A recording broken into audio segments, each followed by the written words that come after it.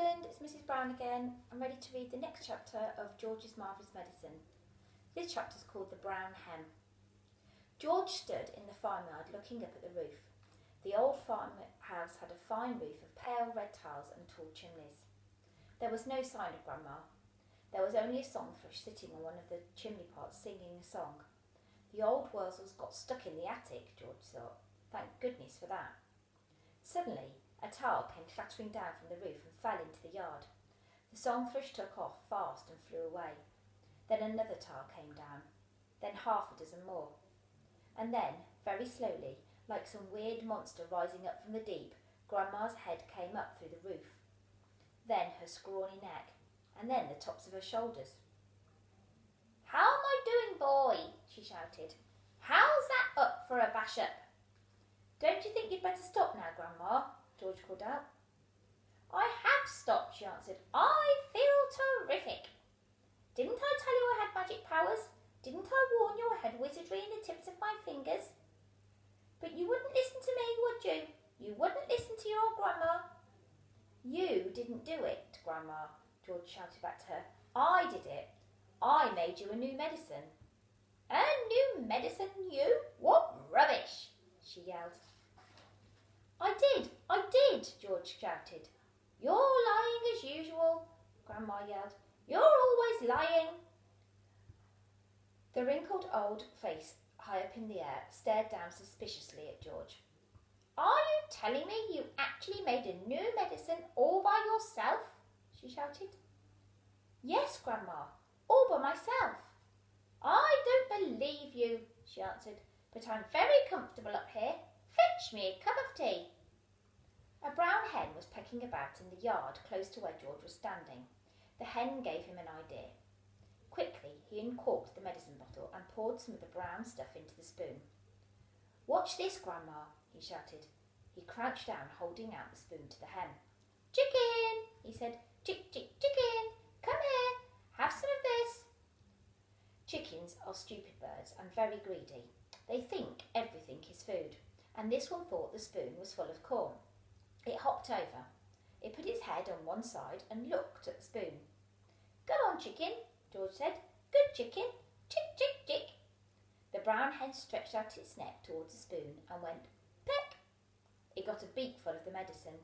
The effect was electric. "Owie!" shrieked the hen, and it shot straight up into the air like a rocket.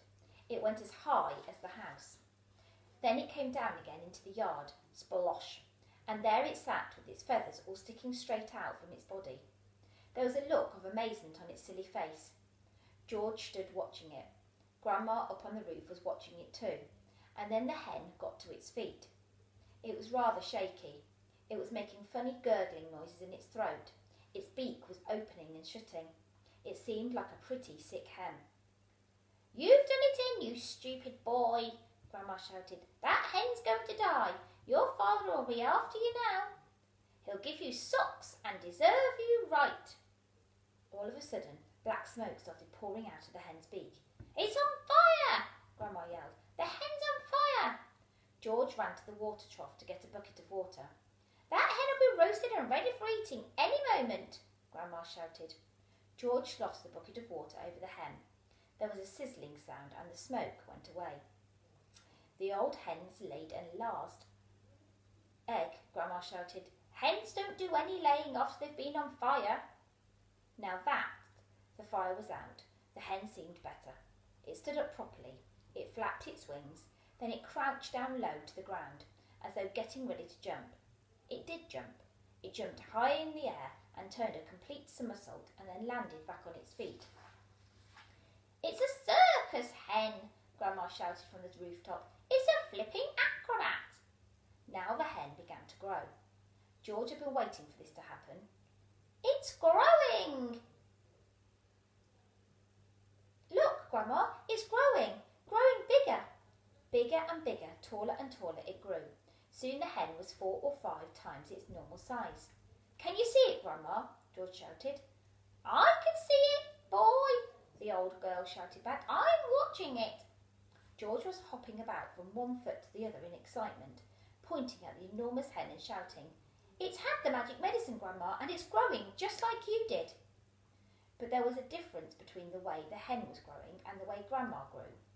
When Grandma grew taller and taller, she got thinner and thinner. The hen didn't. It stayed nice and plump all along. Soon it was taller than George, but it didn't stop there. It went right on growing up until it was about as big as a horse, and then it stopped. "Doesn't it look marvellous, Grandma?" George shouted.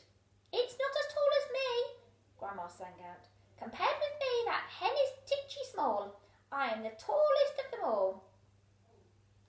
This next chapter is called The Pig, the Bullocks, the Sheep, the Goat, and the Pony. At that moment, George's mother came back from shopping in the village.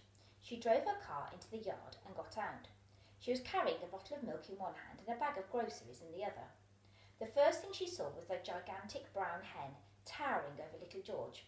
She dropped the bottle of milk. Smash. Then Grandma started shouting at her from the rooftop, and when she looked up and saw Grandma's head sticking up through the tiles, she dropped the bag of groceries. "How about that then, eh, Mary?"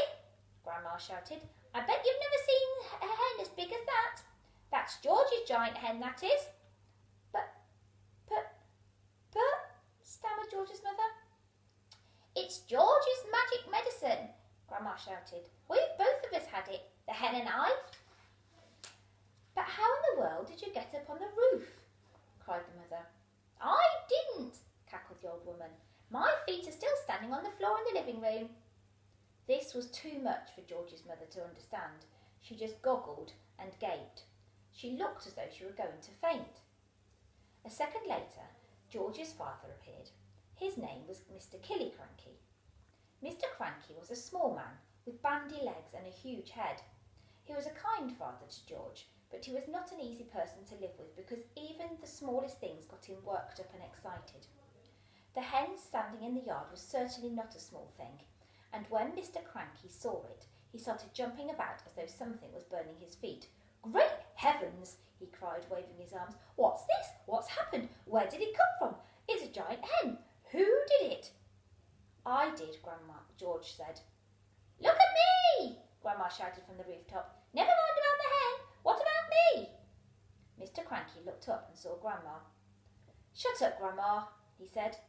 It didn't seem to surprise him that the old girl was sticking up through the roof. It was the hen that excited him. He had never seen anything like it. But then who had? "It's fantastic," Mr. Cranky shouted, dancing around and around.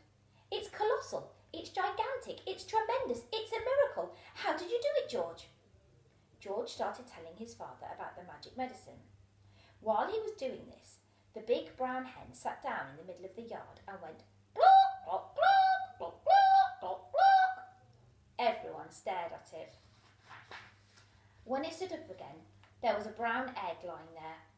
The egg was the size of a football. "That egg could make scrambled eggs for 20 people, Mrs. Cranky said. "George," Mr. Cranky shouted, "how much of this medicine have you got?" "Lots," George said. "There's a big saucepan full in the kitchen, and this bottle here is nearly full."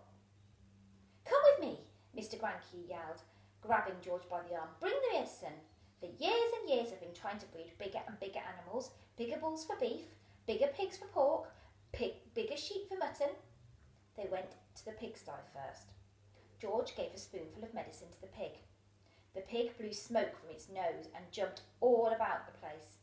Then it grew and grew. In the end, it looked like this.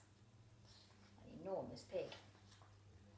Then they went to the herd of fine black bullocks that Mr. Cranky was trying to fatten for the market.